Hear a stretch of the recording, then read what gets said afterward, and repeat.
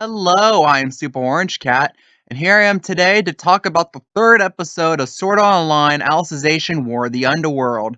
If you've been following my channel, the last couple weeks I covered those episodes. I gave a brief synopsis of the episode, and I've given kind of my general opinions on it, trying to be kind of humorous at the same time, too. So here's the third episode. And at the start of the third episode, we kind of have another immediate res moment where you have the men who have attacked the ocean turtle. They're in the control room and they realize that, oh, the front door has been completely locked in. So we can't directly access the cube that has Alice's soul in it, which is already right off the bat a really good sign because it already knocks off one of the weird contradictions that they set up in the previous episode, talking about how they could possibly get it in through the front door by just simply accessing the cube directly and not just saying, well, we're going to have to go in.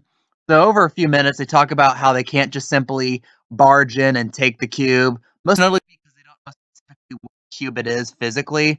So, they came to conclusion they'll have to go into the world themselves and to get it, which is interesting because they first thought, okay, what avatars are available? They look into some avatars, which is a nice callback to Alicization, mentioning the avatars that were used by the initial people of the project by Wrath to get the world going. Realized those were accessed off, and then they determined, what if we look at avatars from the dark territories? And they found two presumably OP avatars that are available. They download themselves into these avatars, and that's kind of it for that plot line. And let me tell you, that is far and away the best part of this episode. It gets weird after that.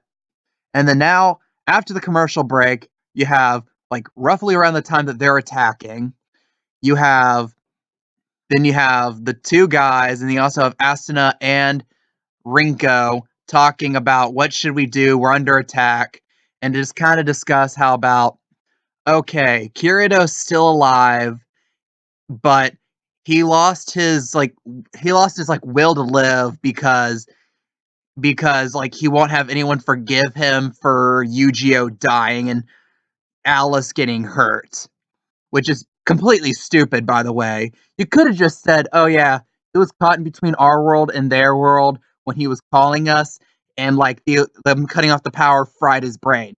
You could have said that, and that would have made a lot of sense. A lot more sense than some like Barney-esque explanation of like, oh, he needs to believe in others. He needs others to forgive him. And they do it in such a way to make it look like Asuna's the one that's going to have to go in there and forgive him. But like, I mean, first off, no one should forgive him because of the circumstances that happened. None of this were his fault. And if he had two brain cells, he wouldn't have interpreted it as his own fault.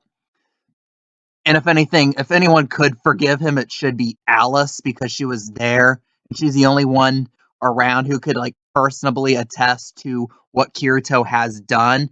And in a way, she's already forgiven him because she's gone out of a way to treat him, take care of him. And wouldn't that count as some type of forgivable or understanding or like appreciation? Like Alice doesn't hate Kirito. Like it's very clear that Alice, if she had anything against Kirito, she has long forgiven him for that. But I digress. And that's a big plot hole because that looks like that is going to be the basis of the season is this aspect of Kirito. And then that plot line ultimately goes down to this thing where they talk about, well, we need Kirito to take Alice to the World's End terminal to upload her here because she's the AI we need, right? And also, one thing I forgot to briefly mention is that the cold opening of this episode, you have a US government agent approach one of the attackers and say, hey, this Japanese company has figured out a way to develop how to create souls, how to give AI souls, basically. Oh, and they might use them for drones. So Japan might have a very OP military very, very soon. So US government, so we're gonna need you to go in there and steal that stuff for us, you know? So at this point, you realize that this isn't G.I. Joe Edgelord Division like I mentioned last episode. This is Team America World Police we're talking about here, right? So, and then back from that tangent, back to the episode proper. You have Asuna willing to say, hey, I want to go into that world to help Kirito.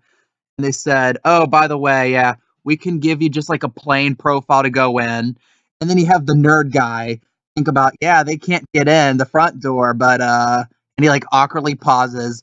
The ninja guy calls him out on it and says like, is there anything wrong? And the nerd, clearly remembering about the territory stuff, knowing that he had OP profiles that are not locked away in any degree, is like, never mind. Let's just continue this single fast enough.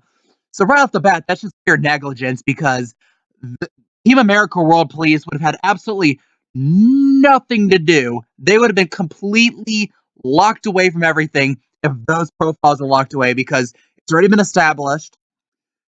Because of encryption, they can't go in and just simply take Alice's cube manually. They don't know which cube Alice is, and they can't just physically break through the steel to the cubes because they might damage the cubes, which would defeat the whole purpose of all this. And they can't go into the world and do it themselves because they have no avatars they can load themselves into. So this would all be completely impossible.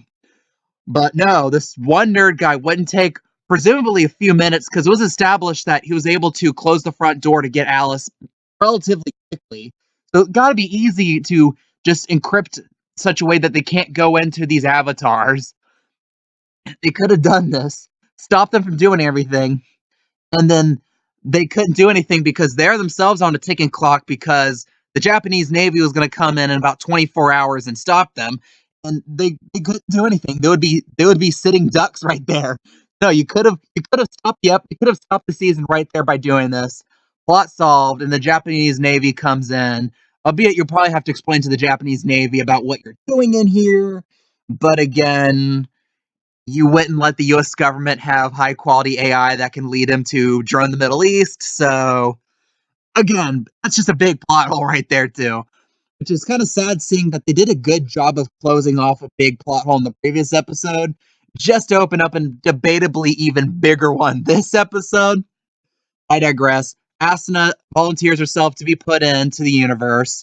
And then quickly before she goes, she texts all of her friends about what happened and what has to be a giant break of protocol. They just let her text all these military secrets to her friends of, oh yeah, by the way, Kirito, he's in this like weird soul system.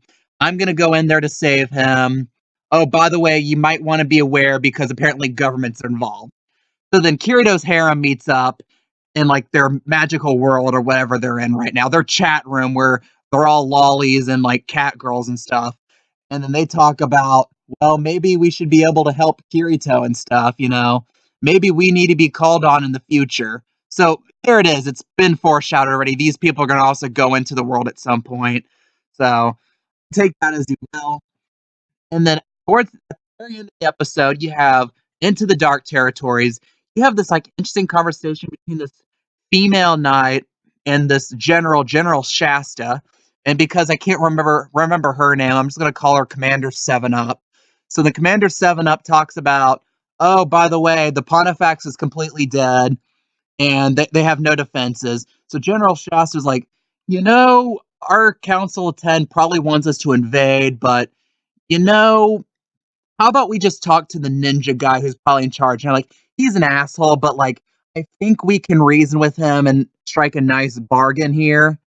But then Commander Seven Up's like, what about the Council of 10? He's like, look, there's only like 4 people that are really against it. Wait, I just need to kill them. He's like, okay, the 2 goblins and the hog rider could probably kill.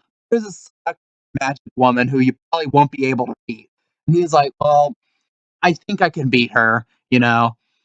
And then this ends almost weirdly with him saying, we've known each other for 4 years, right? Yeah. And he's like, okay, how about we get married? And then she's like, okay. And then they get engaged. So we know these people for like 30 seconds at this point. They're getting married, but to give them credit, this is already a better established love story than Twilight. So, you take that as you will. And at the end, you have a guy come and say, "Oh, there's someone who's barged into the palace." And it turns out it's one of the 2 guys in the Avatar, and then the Emperor is the other guy in the Avatar. So they're all looking at each other with these eyes like, "This is fun, man. I really love this." Like, the 2 guys, the biggest badasses in the world, are all like best friends right now, and they're like, "This is like this fun role playing thing." That's pretty hilarious, and I actually like the way to end this episode. So this episode had its share of issues, like I mentioned, but I have a feeling this is setting up for some really fun action, really fun character interactions. I really love these guys in Team America World Police so far. Just their back and forths are so hilarious and so fun that they've accidentally become the most likable characters in the season. So maybe not the best thing for a show like Alicization, War of the Underworld, that the characters you're supposed to hate are the most likable so far, but here we are, you know. So Team America World Police come in for some Japanese AI, you know. So what are your guys' opinions on this episode? I thought it was okay. Not really as good as the first episode. I think it was on par with the second episode. What are your opinions? With comments, leave them below. I love reading your opinions. If you like this, if you want more Konami or anime or Sword Online content like this, please like this video. Please subscribe and hit the notification button. I appreciate your guys' support. I am Super Orange Cat, and that is all. But okay, wait a second. The seductress. I want to see. I want to look ahead at who the seductress character is. All right, let me see. Seductress character, Sword Online, War of the Underworld. And okay, who's the VA that we're gonna have for this? Oh, cool. Okay, stay tuned. Next week is Sword Online. You have Haruko talking to Team America World Police about stuff, I guess. Please watch. It's gonna be fucking Haruko talking to people. It's gonna be fun.